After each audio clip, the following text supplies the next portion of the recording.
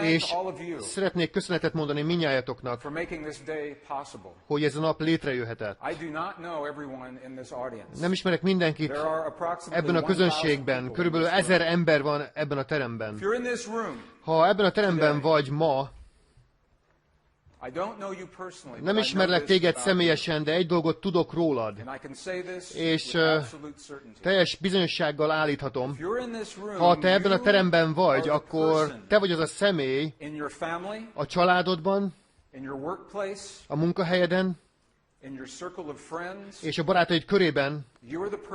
Te vagy az a személy, akiről a másik emberek mindig azt gondolták, hogy egy kicsit más. Nem így van?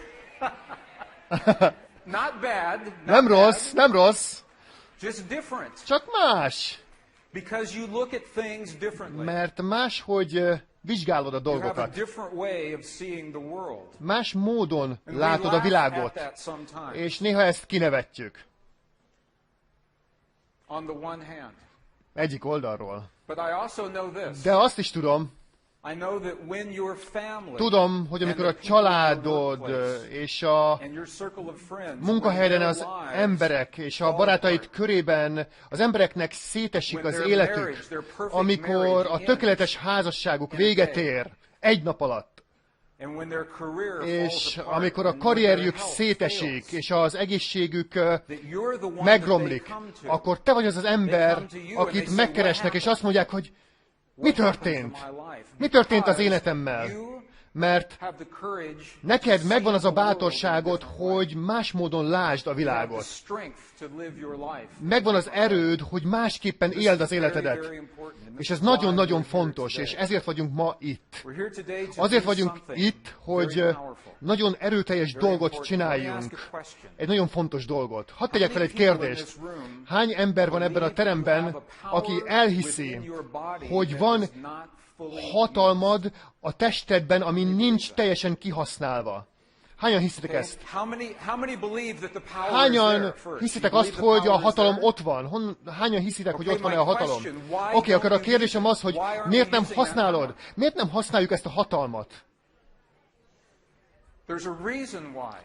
Ennek oka van, és ez az ok, az, amiért ma itt vagyunk. A nyugati világban, a modern világban az életünk és a világegyetem megértését a tudományra alapozzuk. És én tudósnak tanultam, és a tudomány az jó. És néha a tudomány téved. Két helyzetben tett a tudomány hamis feltételezést rólad, rólam, az világegyetemről és az erről a világról. És ez a két helyzetet be fogjuk azonosítani, és fel fogjuk fedni, mert ez mindent megváltoztat. Megváltoztat mindent arról, az igazságról, ahol a tudomány tévedett. Először is, a tudomány elmondja nekünk, hogy az űr a tér ürességében, a világegyetemben teljesen üres. És tudjuk, hogy ez nem igaz. Tudjuk, hogy a tér közted és köztem, és a tér a csillagok között azt mondják, hogy az üres. De ez nem igaz. Semmi nem állhatna messzebb a valóságtól. Mert van abban az űrben valami. És ez adja meg nekünk azt az erőt, hogy meggyógyítsuk a testünket, és békét hozzunk ebbe a világba, és megváltoztassuk ezt a világot. És hogy megértjük azt a nyelvet, hogy beszélhessünk, kommunikálhassunk, azzal a dologgal, ami abban az ürességben van. A tudomány azt mondja, hogy semmi nincs ott, ez az első dolog. Másodszorban elmondja nekünk a tudomány, hogy a szívedben lévő belső élmények, tapasztalatok, a gondolataink, az érzelmeink, a hitünk, a hitvilágunk a testünkben nincsen hatással arra a világra, ami a testünkön kívül van. Hiszed te ezt? Hadd mondjam el, van egy nyelv, ami minden emberben él, aki ezen a világon jár. Ez egy olyan nyelv, aminek nincsenek szavai. Ez az emberi érzelmek nyelve. Ez egy olyan nyelv, ami elveszett 1700 évvel ezelőtt. De ez egy olyan nyelv, amire emlékeznek az ősi és benszülött hagyományokban. Tehát, ha te olyan vagy, mint én, akkor szeretnéd tudni, miről szól a mai nap. Tudod egyáltalán, hogy mit fogunk ma csinálni? Szeretnéd tudni? Oké, a következőt fogjuk csinálni. A lényeg, hogy ezek hamis feltételezések. Van valami az ürességben. Nincsen üres tér. Ez élő, pulzál, él, intelligens. Van egy energiamező, ami mindent összetart, és te és én is ennek a mezőnek része vagyunk, és amit ma csinálni fogunk, hogy a lényeg az, hogy megosztjuk veled azt a tudományt, ami azt mondja nekünk, hogy először is ott van ez a mező, másodszorban fel fogjuk fedezni, hogy a mi testünk és a világunk ennek a mezőnek a megtestesítője. A valótlanból a valóba, a láthatatlanból a láthatóba, a kvantumfizika lehetőségeiből a mi fizikai világunk valóságába is. Harmadsorban azt fogjuk találni, hogy az emberi érzelmek nyelve az, amit te már tudsz, ismersz. Mindenki ismeri ezt a nyelvet. Meg fogjuk tanulni, hogy hogyan kell ezt a nyelvet használni, hogy kommunikáljunk ezzel a mezővel, az isteni mátrixsal. Úgy, hogy az jelentőségteljes és hasznos a mi életünk számára. Hányan érzitek, hogy valami nagy történik manapság a világban? Más a világ manapság? Hogy érzed? Más a világ? Hogy érzed? Nagyobb, mint Irak. Nagyobb, mint George Bush. Érzitek? Ki tudja? Igaz? 2003-ban a tudomány nyilvánosságra hozott egy jelentést, hogy ez az időszak teljesen más, mint más időszak a Föld történelmében és az emberiség történelmében. Azt mondták, hogy 5 helyzet van kialakulóban. 5 helyzet van, ami most történik, és bármelyik ezekből a helyzetből, ha megvalósul, a mi civilizációnknak, a mi világunknak vége lehet, ahogy most mi ismerjük. Ha bármelyik ezek közül megvalósul, mind az 5 most van folyamatban. Ez egy olyan időszak, amihez nincs hasonlítható a jegyzett történelemben. A rejtély az, hogy senki nem tudja, hogy ez az időszak hogy ér véget, mert te és én fogjuk megválasztani ennek kimenetelét most. És oly módon, ahogyan csak most kezdjük megérteni az új tudomány alapján, ami elmondja nekünk, hogy nem áldozatai vagyunk ennek a világnak. Te nem vagy áldozata ennek a világnak. Nem kell szenvedned, és betegségben élned, és megöregedned úgy, ahogy hittük, hogy a tudomány elmondta nekünk. Nem kell háborúkat használni, hogy megoldjuk a problémáinkat, és olyan időkben élünk, ahol mindezek a dolgok összeállnak, és ami neked és nekem megadja azt a hatalmat, hogy részt vegyünk, és az a tény, hogy ez a mező létezik, és mindnyájatok kommunikál ehhez a mezőhöz minden nap. A kérdés az, tudod te azt, hogy mit mondasz a mezőnek? Tudod, hogy mit mondasz?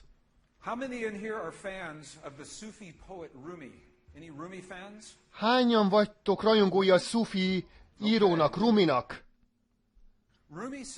Rumi azt mondja, hogy micsoda különleges lények vagyunk, a pokolban ülünk, a sötétség mélyén, és félünk a saját halhatatlanságunktól. Azt gondolom, hogy amit a Rumi mond, sok igazság tartozik, és még mélyebb, még talán ennél is mélyebb. Mi van akkor, hogyha nem annyira félünk a saját halhatatlanságunktól? Mi van akkor, ha a hatalmunktól félünk, hogy meggyógyítjuk azt a poklot, amit teremtettünk ebben a világban. Mi van akkor, hogyha félünk attól a hatalomtól, hogy meggyógyíthassuk a szenvedésünket? Ha megvan ez a hatalmunk, akkor ez megijeszt minket? Talán tudatalatti szinten. Lehet, hogy ez az, ami történik. Hadd osszak veletek meg egy történetet, egy igaz történetet. Ez egy története két iker kislány születésének.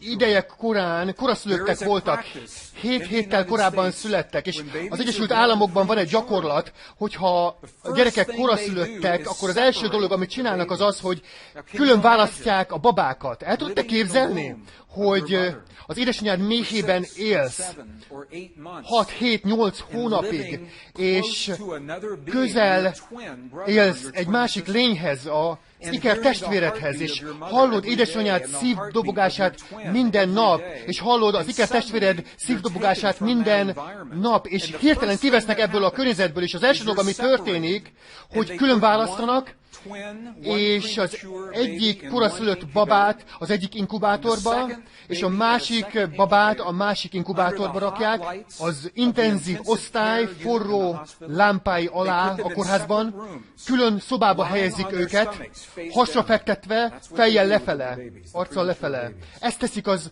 új babákkal, a koraszülött babákkal. Tehát ez a két kislány megszületett, és ez történt. Külön választották őket, különböző szobákba rakták őket, és azonnal az egyik kislány elkezdett haldokolni. Az élet jelei visszaestek. Haldoklott. Volt egy nővér, aki abban az időben dolgozott, és a nővér azt mondta, hogy valamit tennem kell, vagy ez a baba meghal. Azt mondta, áthágom a szabályokat, áthágom az eljárásokat, és benyúlt, fölvette a fiatal babát, a kis babát, amelyik haldoklott, és bevitte őt az intenzív osztály testvéréhez. Tudod, mi történt? Tudod a végét? Berakta a gyengébb kislányt az inkubátorba, az ikertestvére mellé. És itt lesz a dolog érdekes. Itt kezd a dolog érdekessé válni. És ez azt mondja nekem, és egy olyan dolgot fogok veletek megosztani, amivel mi születünk. Nem olyat, amit megtanultunk. Mert a következő történt.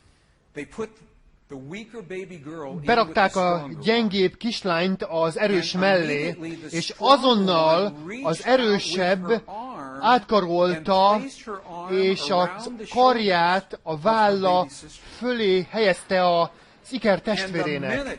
És mihelyest ezt megtette, azonnal, amikor ezt megtette, a testvérének az életjelei stabilizálódtak, és megerősödött, és erősebb lett, és mindegyikük élt. Érzed ezt az érzést? Érzed ezt az érzést? Látom, hogy szívedre raktad a kezedet. Néhányatoknak könycsepp van a szemében. Miért? Mert az az érzés, az egy nyelv. Az az érzés, az egy hatalom, ami benne él a testedben. Ha felsétáltam volna a színpadra, és azt mondom, hogy na most hozd elő ezt az érzést, akkor ez lehet, hogy nehézség lenne számodra. De láttál egy képet, ami okot adott neked, hogy érezd ezt az érzést. Még mindig sírsz. Ez egy erőteljes történet, ez egy erőteljes kép, és ez igaz. És a két kislány élt, ma is nagyon jól vannak. És ez az érzés, az valami, ami nem az elmédben történt, hanem a szívedben. Az a kép és a történet közvetlenül a szívedbe hatolt. Kikerülte az elmédet, kikerülte a szűrőidet, kikerülte a logikát, a kérdéseket, a szabályozást, az ítélőképességet. Ez csak egy érzés volt. Ma a modern tudomány kezdi megérteni, hogy az az érzés, ami a testünkben történik, annak közvetlen hatása van azokra a dolgokra, amiből a világ összeáll, fizikai világunk atomjaira és molekuláira. És meg fogom veled osztani azt a tudományt, ami annyira új, hogy még nem került bele a tankönyvekbe, még nincs benne a tankönyvekben, és másosorban pedig egy olyan tudomány, amit te és én és a gyermekeink arra fognak használni, hogy megoldják a mai világunk problémáit. Ez nagyon más módja a dolgokról való gondolkodásnak. Tehát a következő pár pillanatban megosztom veletek a tudományt.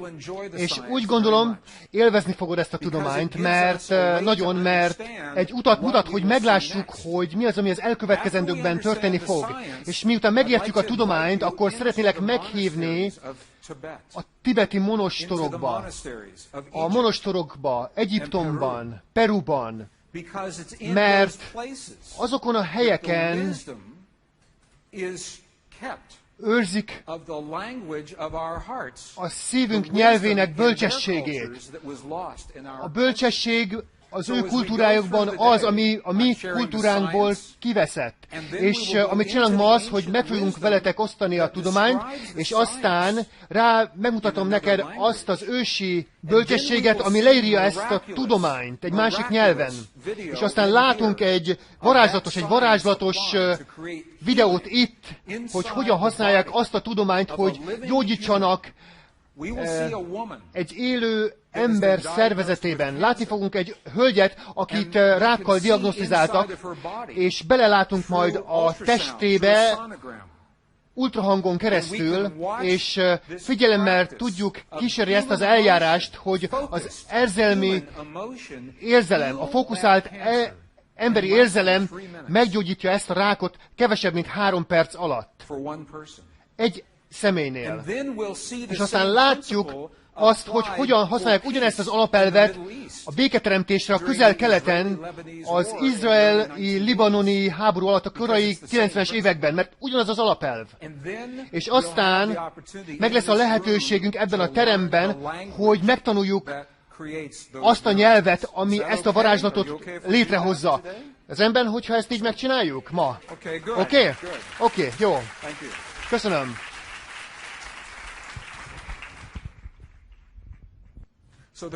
Tehát a kérdés az, hogy mekkora hatalmunk van valójában, hogy megváltoztassuk a világunkat, az életünket, a testünket. Mekkora hatalmunk van, mennyit hiszel, mekkora van. A kérdés az, hogy kik vagyunk mi. Kik vagyunk mi. És ez egy nagy rejtély és ellentmondás a tudomány nyelvében. Mi egyszerűen csak figyelők vagyunk, passzív figyelői ennek a világegyetemnek, hogy hogyan megy a világ, vagy pedig erőteljes teremtők vagyunk, mint ahogy a mi szeretett vallási és spirituális hagyományunk mindig is állították. Hogy mi valójában erőteljes teremtők vagyunk, és elfelejtettük, hogy hogyan használjuk ezt a hatalmat. Ez az a nagy kérdés, amit a tudósok már 400 éve kérdeznek. Amikor én tanultam az 1970-es, 60-as években, akkor azt tanították, hogy a világegyetem hosszú idővel ezelőtt kezdődött, és nagyon sokat fejlődtünk relatíve mostanában, és alapvetően mi, a világegyetem egy tehetetlen porszemei vagyunk. És miután meghaltunk, a világegyetem azt se tudja, hogy itt voltunk. Nekem ezt tanították mikor iskolában voltam. Ismerős ez nektek? Ez egy módja a gondolkodásnak. Van egy másik módja a gondolkodásnak, ami azt mondja, teljesen más állít. Azt állítja, hogy az univerzum nagyon hosszú idővel ezelőtt kezdődött, és mostanában nagyon sokat fejlődtünk, azonban mi erőteljes teremtők vagyunk, akik megváltoztatják a világot és a világegyetemet, ahogy éljük az életünket. És ez az ellentmondás a tudósok között. Albert Einstein az első elképzelésben hitt. Azt mondta, hogy egy olyan világban élünk, ami függetlenül létezik tőlünk, emberektől, ami úgy áll előttünk, mint egy nagy örök talány, ami legalább részben hozzáférhető a mi vizsgálatunk és gondolatunk számára. Ez egy nagyon komplex. Azt mondja, hogy Albert Einstein abban hisz, hogy szerencsések leszünk, ha egy nagyon picit is megértünk abból, hogy hogyan működik a világegyetem, és hogy mi nagyon jelentéktelenek vagyunk. Oké, egy kollégája Albert Einsteinnek élt abban az időben, és ma is él, őt John Wheeler professzornak hívják, a Princeton Egyetem fizikusa, és ma is él. John Wheeler teljesen az ellenkezőjét állítja. Ugyanabban az időben tanultak, ugyanazt az információt kapták, ugyanazokat a könyveket, ugyanazt az adatokat, és teljesen más a véleményük. Nézzük meg, mit mond John Wheeler. John Wheeler azt mondja, hogy el sem tudnánk képzelni egy olyan világegyetemet, amiben mi nem vagyunk bent, mert azzal a cselekedettel, hogy mi megfigyeljük a világegyetemet, válik az azzá, ami. Ő azt mondta, hogy azzal a cselekedettel, hogy megfigyeljük a világunkat. Azt mondta, hogy egy olyan világegyetemnek vagyunk a részei, ami még nem befejezett. John Wheeler azt mondta, hogy ez befejezetlen világegyetem. Azt mondta, hogy mi a világegyetem apró szemcséi, apró foltjai vagyunk a világegyetemnek, ami magát nézi és saját magát építi, és ezt úgy hívta, hogy egy részvételen alapuló világegyetem. Részvételen alapuló. Szeretem ezt a szót. Ez azt jelenti, hogy mi nem irányítjuk a világegyetemet, nem az akaratunkat erőszakoljuk rá a világegyetemre, hanem részt veszünk benne, társ teremtői vagyunk. Érthető ez, amit látsz? Hadd tegyek fel egy kérdést. Nézzük meg ezt az elképzelést egy picit. Tudom, hogy este ébren fekszel, nem tudsz aludni, mert azon gondolkozol, hogy miért nem találtok meg még az anyag legkisebb részecskéjét, igaz? És ébren úgy fekszel az ágyadban este, hogy azon gondolkozol, hogy miért nem találtunk még rá a világegyetem szélére. Igaz? Mert én igen.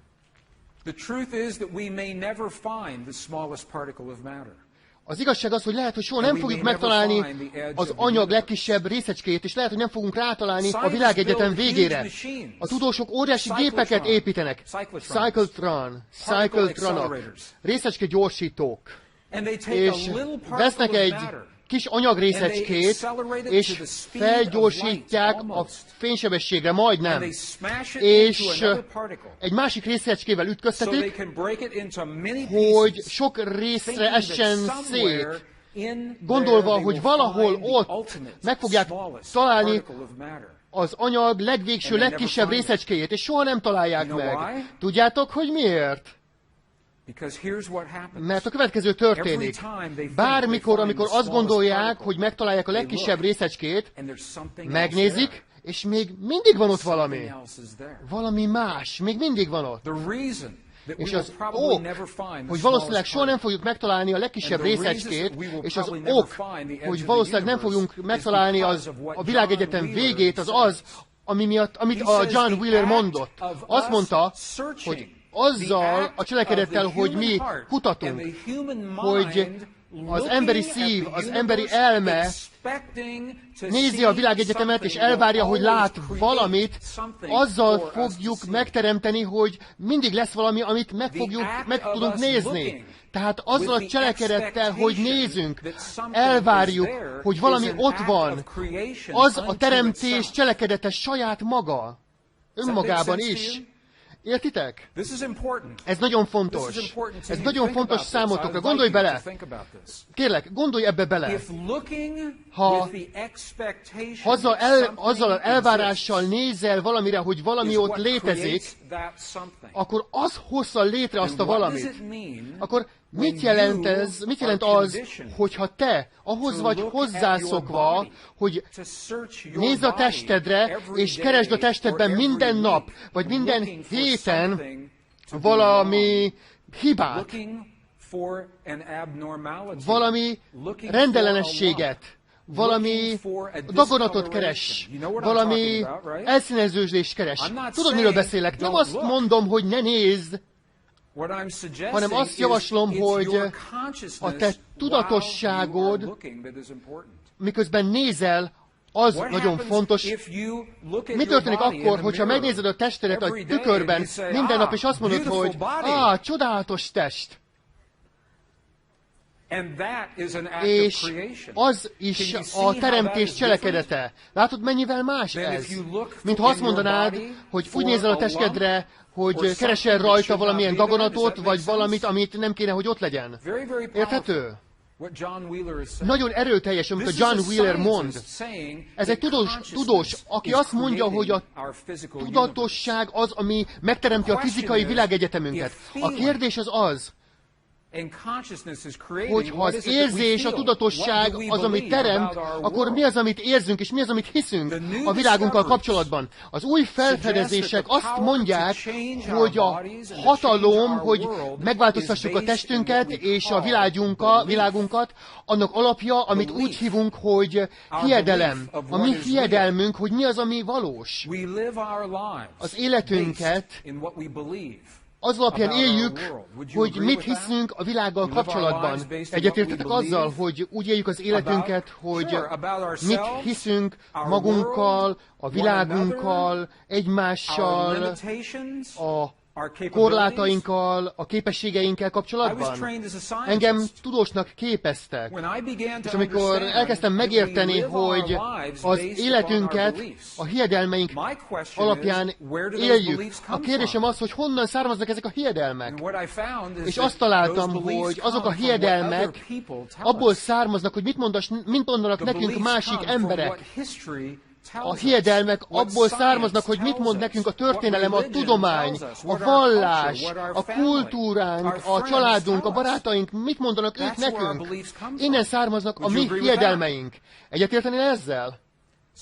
Tehát, hadd tegyek fel egy kérdést. Mi van akkor, ha tévednek? Mi van akkor, ha tévednek?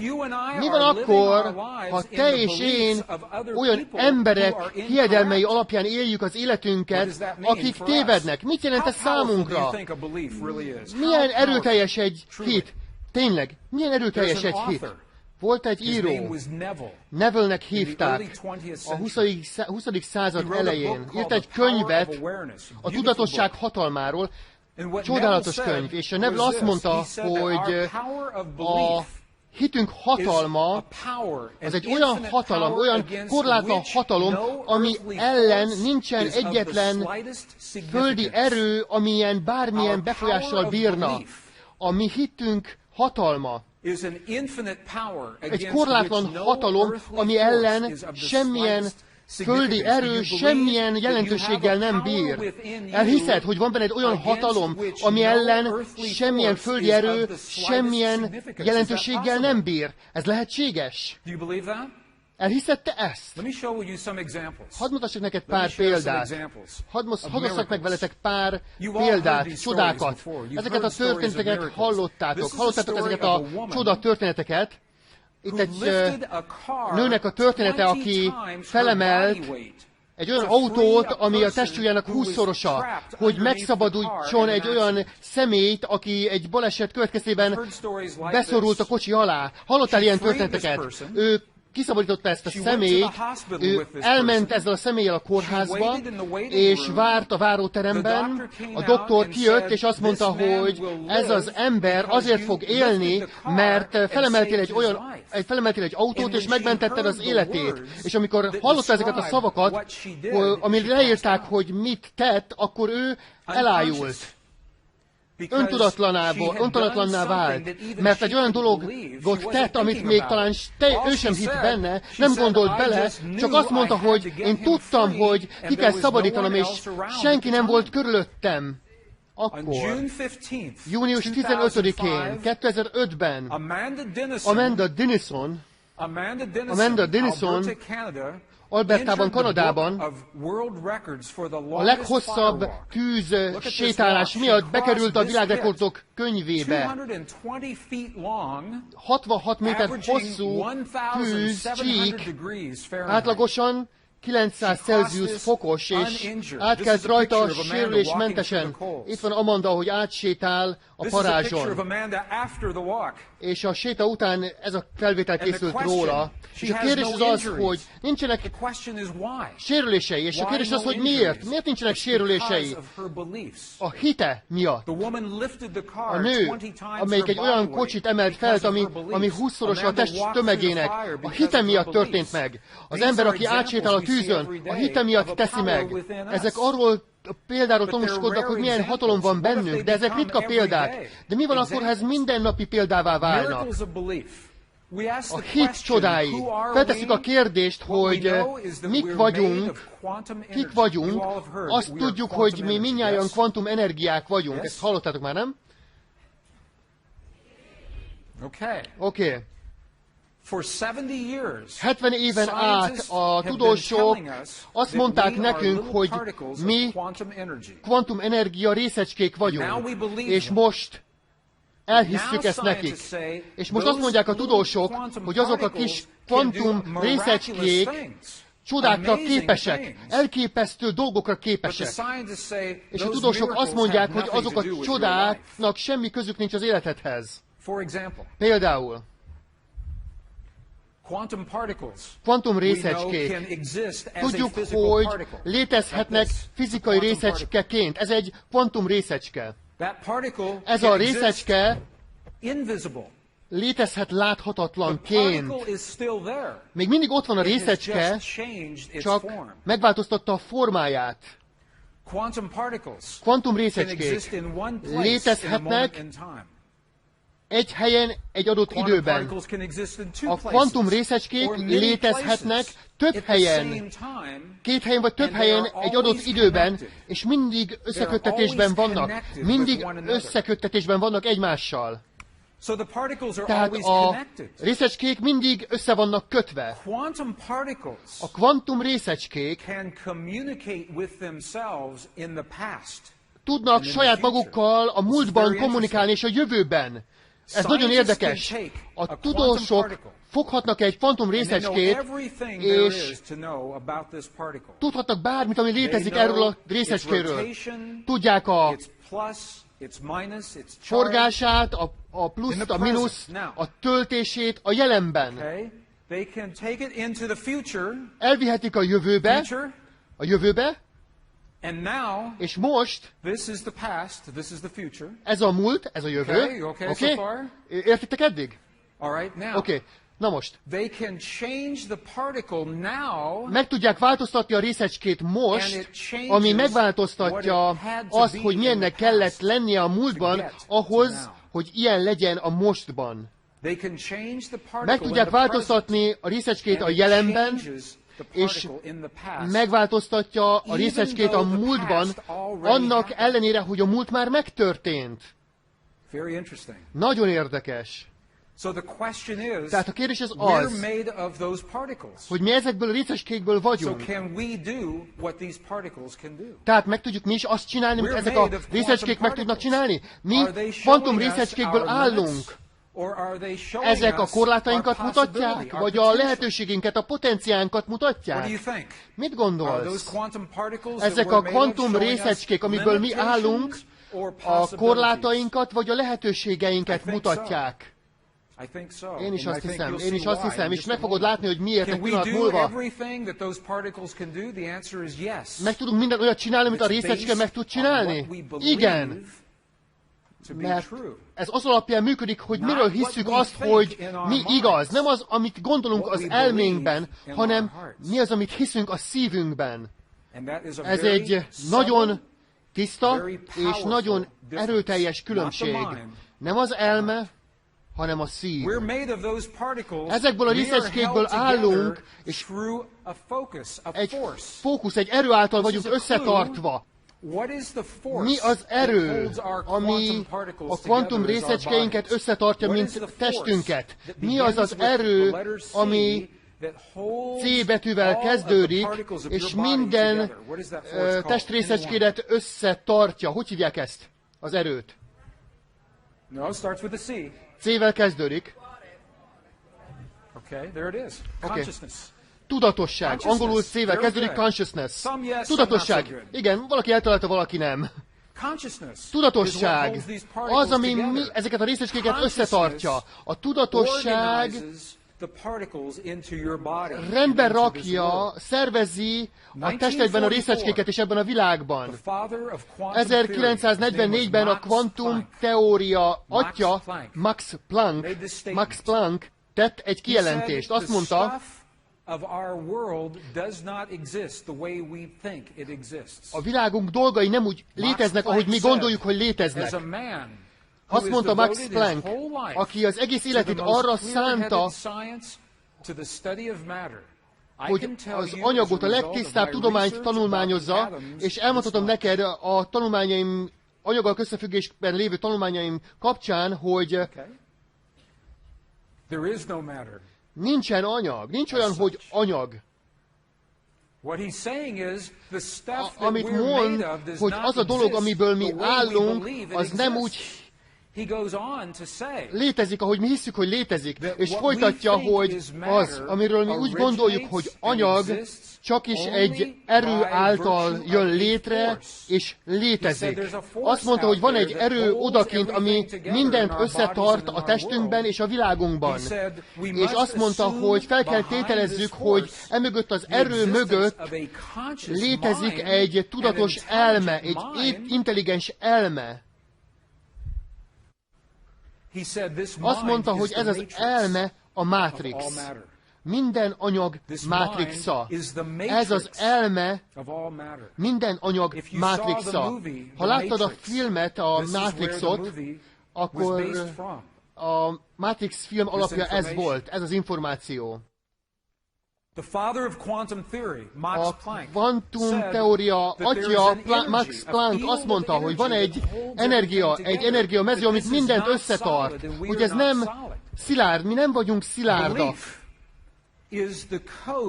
A hit, a kód, ami ezt az energia mezőt, a lehetőségeket lefordítja a valóságra, ennek a világnak a valóságára. A hit az a kód, ami a lehetőségeket a világ valóságára lefordítja. A tudósok következőt mondják arról, hogy hogyan működik a világ. A tudósok azt mondják, hogy ebben a mezőben minden lehetőség már létezik a kvantum energiában, a kvantum lehetőségek tengerében. Minden lehetőség már létezik. A kvantum lehetőségekben te már meg vagy gyógyítva, a béke már megtörtént, az öröm már mindenhol ott van. Minden óriási szenvedés, minden nagy béke már létezik a kvantum lehetőségekben. És a következőt mondják, hogy mi történik te veled és velem. Az elménkkel mi belenyúlunk ezekbe a lehetőségekbe, elképzeljük a gyógyulásunkat, elképzeljük a békét, elképzeljük a tökéletes párkapcsolatunkat, elképzeljük az életünk bőségét az elménkkel. És így zárjuk pozícióba azt a lehetőséget, és a szívünkkel annak a lehetőségnek életet adunk. Életet lehetünk az elménk képzeletébe, a szívünk érzelmén keresztül, és így tesszük valósággá a mi világunkban. És meg fogom ennek a tudományát mutatni, hogy ez hogyan történik meg. Meg kell, hogy értsük, hogy mi az, hogy hit. Beszéltünk a hitről, de mi az, hogy hit? A hit az egy egyesülés, az egy házassága a gondolatnak és az érzelemnek. Gondolat és érzelem. És most meg kell határoznunk, hogy mi az, hogy gondolat, és mi az, hogy érzelem. Ez egy ábra, egy ősi szanszkrit iratból, és ábrázolja a test érzelmi központjait, a csakrákat. Gondolom, hogy milyen ismeritek a csakrákat. Azt mondja, hogy a gondolat a felső csakrában történik. Ez a gondolat. Itt képzeljük el a kvantum lehetőséget. Az érzelem a kreatív központban, az alsó csakrában történik, ez az érzelem, és azt mondják, hogy az érzelem csak kétféle lehet. Szeretet és félelem. És tehát a szeretet és az ellentetje a szeretetnek. Tehát amikor egy gondolatra gondolunk az elménkkel, akkor annak a gondolatnak életet adunk, üzemanyaggal látjuk el a gondolatba elhelyezett szeretet vagy félelem alapján, és ezáltal egy érzést hozunk létre, és most már van egy meghatározása az érzésnek. Az érzés az a érzelem és a gondolat házassága, egyesülése, hogy mit gondolunk, mi a lehetőség, és annak a gondolatnak a szeretete vagy a félelme. Ez érthető? Ez átment? Ez nagyon fontos, mert ezt használni fogjuk. Ez érthető így? Oké.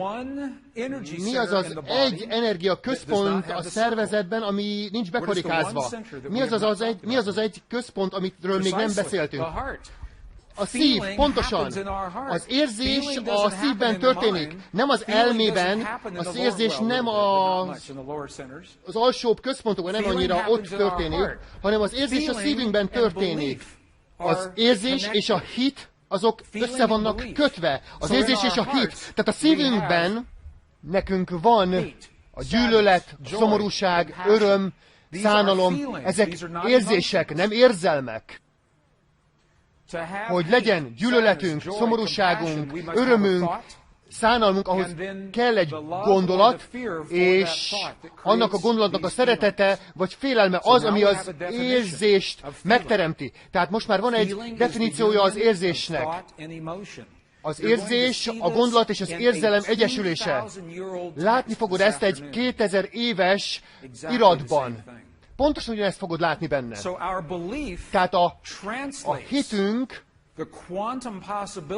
a kvantum lehetőségeket, amiket mi elképzelünk, lefordítja a világunk fizikai valóságává. És meg akarom neked mutatni, hogy hogyan. Meg akarom neked mutatni, hogyan történik ez.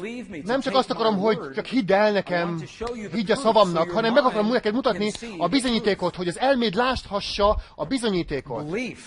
Hit az, ami azokat a lehetőségeket atomokra, a világunk atomjaira fordítja le. A kvantum lehetőségek csak hullámokként léteznek, de ez a világ atomokból áll. Tehát én úgy gondolom, tetszeni fog neked azt, amit mutatni fogok. Emlékeztek hosszú idővel ezelőtt, amikor én iskolába jártam, és te iskolába jártál, azt mondták nekünk, hogy az atom így néz ki, mint egy kis naprendszer. Hosszú idővel ezelőtt. Emlékszel? És azt tanították, hogy az atom dolgokból áll. Egy dolog a közepében, és dolgok körpályán, amik cirkulálnak. Na most, manapság nem ebben hisznek a tudósok. Most azt hiszik, hogy az atom így néz ki. Mint az energia. Úgy néz ki, mint az energia.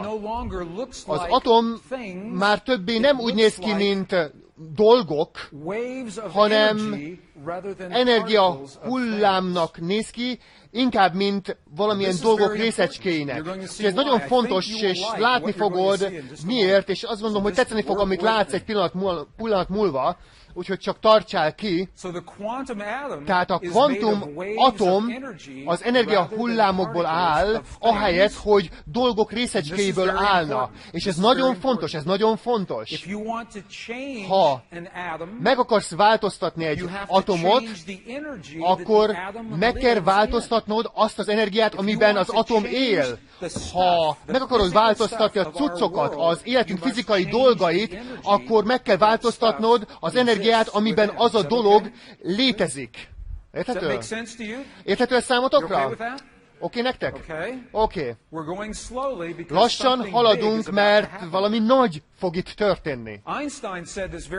Einstein nagyon jól összefoglalta ezt. Azt mondta, hogy a mező, ami mindent összekapcsol, ő ezt úgy hívta, hogy a részecske szabályozó szerve. Einstein azt mondta, hogy a mező az, ami meghatározza, hogy az atom hogyan viselkedik. A mező, a központi szabályozó szerv, ezt mondta az Albert Einstein. Tehát a mező, amiről mi beszélünk, ez a mező elektromos mezőből áll, mágneses energiából áll, két energiából áll. Az a mező, ami mindent összetart. Ez egy hagyományos fizikai iratból származik. Nézd meg, mit állít. Azt állítja, hogy ha te megváltoztatod az elektromos mezőt, akkor meg fogod változtatni azt, ahogy az atom viselkedik, és van ennek neve, úgy hívják, hogy Stark effektus. Tehát, ha megváltoztatod az elektromos mezőt, Stark effektus, akkor megváltoztatod az atomot, vagy ha megváltoztatod a mágneses mezőt, azt Zeeman effektusnak hívják, akkor megváltoztatod az atomot. Tehát ez azt állítja, hogy a tudomány tudja ma, hogy ha megváltoztatod az elektromos mezőt, vagy a mágneses mezőt, akkor az atomot megváltoztatod. Érthető? Na figyelj, mi történik. Mi az a szerv a testedben, ami a legerősebb elektromos mezőt hozza létre a testedben? Oké, a világunk elektromos és mágneses energiából áll. Atomból.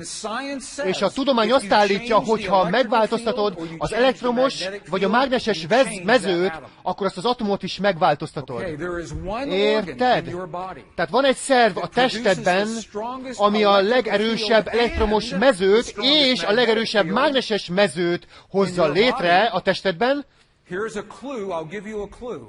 Na, hadd vezesselek rá. Itt van. A szíved.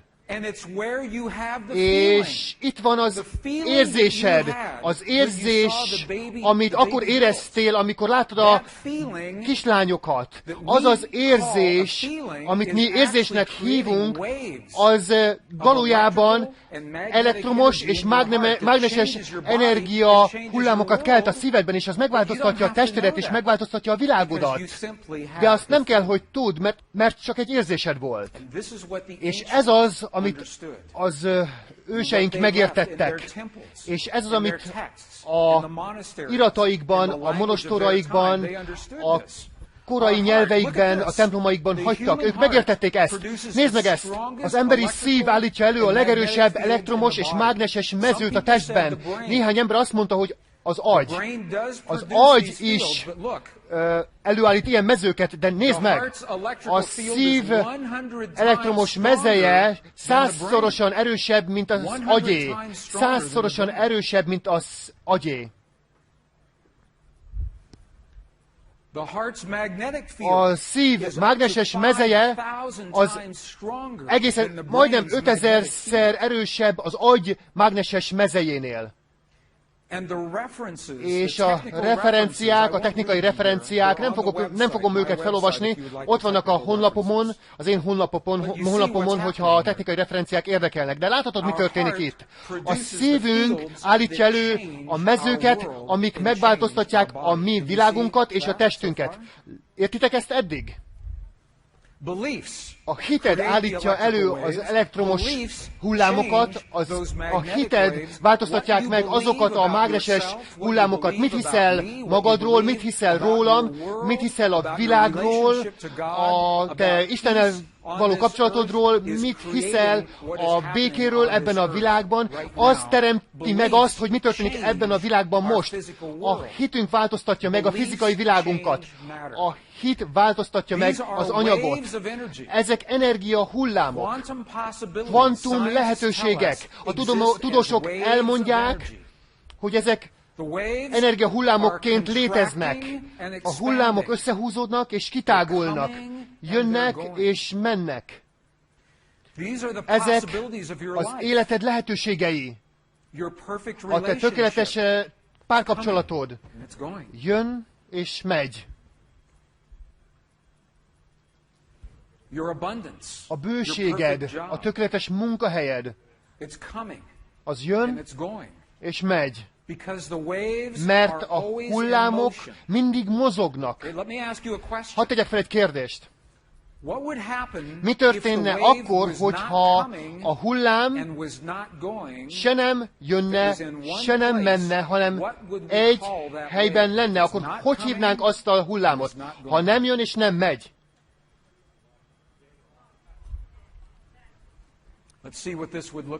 Nézzük meg, hogy nézne akkor ez ki. Oké. Látod ezt a hullámot? Ez pulzál. De nem jön és nem megy. Látjátok? Ezt úgy hívjuk, hogy álló hullám. Álló hullám, ami nem jön, nem megy. A lehetőségek, a kvantum lehetőségek az életedben. Ezek a hullámok, amik jönnek és mennek. Az álló hullám a valóság. Oké? A kvantum lehetőségek, minden lehetőség tengere jön és megy. De a világ valósága az egy olyan hullám, ami álló hullám, nem megy és nem jön. Így néznek ki az atomok. Az atomok azok hullámok, amik mozdulatlanok. A kvantum lehetőségek azok olyan hullámok, amik jönnek és mennek. Oké? Érthető ez eddig? Mert hogyha igen, akkor tetszeni fog, ami most következik. És aztán nem lesz annyira technikai. Oké, ennek így van értelme. Akkor hadd kérdezzem meg, hogy a szívünk hite hozza létre az álló hullámot. A te szíved hozza létre azt a hullámot, ami helyére rögzíti a lehetőségeket. A te szíved hozza létre azt a hullámot, ami az atomot csinálja. Tehát amit hiszel a szívedben, az rögzíti a kvantum lehetőséget a jelen pillanat valóságába. A szív hullámai, azok álló hullámok. Ez nagyon fontos, a szívünkkel fogunk dolgozni ma délután. Megosztok veletek egy kísérletet. Hányan hallottatok a nagyon híres kettős rés kísérletről, amit 1909-ben végeztek? 1909-ben. Néhányatok. Ez egy olyan kísérlet, ami elkezdte a kvantumfizika elképzelését, és nagyon fontos. Nézzük meg, mi történt. 1909-ben a tudósok fogtak egy részecskét, egy anyag részecskét, amit fotonnak hívnak. Foton. F-O-T-O-N. Fogtak ezt a fotont, itt van. És ezt a fotont keresztül akarták lőni erre a célpontra. De mielőtt eléri a célpontot, átmegy ezen a nyíláson, ezen az akadályon. Tehát könnyű a kísérlet, fogják a részecskét, átmegy az akadályon, elér a célpontig, a részecske részecskéként működik, sikerül a kísérlet, minden jó. Oké, aztán megpróbálták a kísérletet megint, és egy dolgon változtattak. Ugyanazt a részecskét használják, ugyanazt a céltáblát, de ezúttal az akadálynak két nyílása van. Na most hiszik, hogy a részecske csak egy helyen lehet, egy időben. És arra nem voltak felkészülve, hogy mi történt ez alatt a kísérlet alatt. Ez egy foton, egy fény részecske, olyan dolog, amiből a mi világunk, a mi testünk épül fel. Tehát egy olyan dologgal kísérleteznek, ami a valóság. Tehát fogják ezt a részecskét, és átlövelik, és eltűnik. And they said, what happened? És kérdezik, mi történt? The next time they saw the particle, A következő pillanatban, amikor látták a it részecskét, was at this target. akkor a céltáblán volt, és nem részecske It's a volt. wave, Egy hullám. meaning that it Ez azt jelenti, passed hogy through both openings. mind a két nyíláson átment, ugyanabban az időben. The particle A changed részecske itself megváltoztatta magát, to accommodate the conditions. hogy a feltételeknek This megfeleljen. is actually a drawing. This is És ez from egy the actual science ábra, notebook of 1909, gyakorlatilag a showing what these waves look 1909-es like. tudományos könyvből This is a származik mystery. ez, So the hogy hogy nézett ez ki. scientists are Tehát ez egy asking the rejtér, question, és a tudósok why felteszik azt a did this kérdést, hogy ez They're most miért saying történt meg? Azt mondják, The particle began a as a particle. részecskeként It began indult, as matter. anyagként kezdte el, de aztán ezt nézd meg! It behaves like a wave. It Hullámként behaves like viselkedik, energy. And they're úgy viselkedik, mint az asking why. energia, és megkérdezik, hogy miért? Why does the particle change? Miért változott They a asked this részecske? question. Miért változott meg? They Feltették said, ezt a kérdést. Who knows Ki az, azt mondják, that ki there are az, two aki openings tudja, possible hogy for that particle? két lehetséges nyílás van Scientists in annak the a room know, részecskének. The particle A tudósok knows, tudták a teremben, a részecske but the tudta, particle can't know anything. de a részecske nem tudhat semmiről, And the scientists, és they say, well, a we tudósok know, but that cannot azt mondja, possibly have hogy an mi effect tudjuk, de annak nem on lehet reality, hatása a can it? valóságon. Nem lehet hatással, vagy igen? So here's the question. Tehát a kérdés a Who következő. knows Ki that there are two tudja, openings hogy available? The két scientists elérhető nyílás van? A and the tudósok particles. és a részecskék. This is the answer to our question. És a kérdésünkre ez a válasz. Itt. Because what the scientists Mert discovered a tudósok is azt that fedezték fel, their hogy knowledge, az ő the tudásuk, scientists' consciousness a tudósok tudatossága hatással volt a részecskére a kísérletben. A tény, hogy a tudósok tudták, hogy vannak eltérő nyílások, befolyásolta annak a módját, ahogy a részecske viselkedett. Érthető? Ez azért fontos, mert ez azt bizonyítja, hogy a tudatosságuk befolyással van a mi fizikai világunkra, és ezt már 1909-ben mutatják. A megfigyelő megváltoztatja a világunk részecskéit. A megfigyelő megváltoztatja a részecskéket. John Wheeler, Princeton Egyetem a következő kijelentést tette. Megvan nekünk az a régi elképzelésünk, hogy van egy világegyetem odakint, és itt van az ember, a megfigyelő, egy 15 centis üvegtábla lemez biztonságában védve a világegyetemtől. Így hívta ő ezt. John Wheeler ezt mondta. Azt mondta, hogy most azonban megtanultuk, hogy ahhoz, hogy egy elektront is megfigyeljünk, össze kell törnünk ezt az üvegtáblát. Össze kell törnünk az üvegtáblát. Tehát a régi szót, a megfigyelőt, azt át kell húznunk. Nincsenek megfigyelők. A tudósok a teremben hatással voltak a részecskére. Nincsenek megfigyelők. Te nem vagy egy megfigyelő. Azáltal, hogy ebben a világban vagy, hatással vagy erre a világra állandóan. John Wheeler azt mondja, ki kell húznunk a könyvekből azt a szót, hogy megfigyelő, és bele kell raknunk azt, hogy résztvevő. Résztvevő. Mi mindnyájan részt veszünk abban, ami történik. Ez John Wheeler. Na most ez 1909-ben történt. Ez a kísérletet megismételték 1998-ban Izraelben. A Weizmann tudományos intézetben következő történt, megismételték a kísérletet, ugyanazt az eredményt kapták, de nézd meg, ezt nézd meg, találtak még valami érdekesebbet. Azt találták, hogy a kísérlet nyilvánosságra hozta, hogy minél inkább figyelték a megfigyelők a részecskéket, annál nagyobb a hatás. A tudósok 1998-ban rájöttek, hogy minél inkább figyeljük a mi fizikai világunkat, annál nagyobb a hatással bírunk a világra. Csak azáltal, hogy jelen vagyunk a világban. Einstein azt mondta, hogy ettől megőrült. Einsteinnak nem tetszett ez az elképzelés. Einstein nem szerette azt az elképzelést, hogy mi hatással vagyunk a világra. Ezt hívta ő rejtélyes tudománynak. Ezt a szót használta. Einstein szerint ez rejtélyes tudomány volt. Azt mondta, hogy én szeretem azt gondolni, hogy egy részecskének kell lennie egy külön valóságának függetlenül a mérésektől. Tehát azt mondta az Einstein, hogy szeretem azt gondolni, hogy a hold akkor is ott van, ha én nem nézek rá. Einstein azt mondja, hogy szereti azt hinni, hogy mi nem vagyunk hatással annyira a világegyetemre.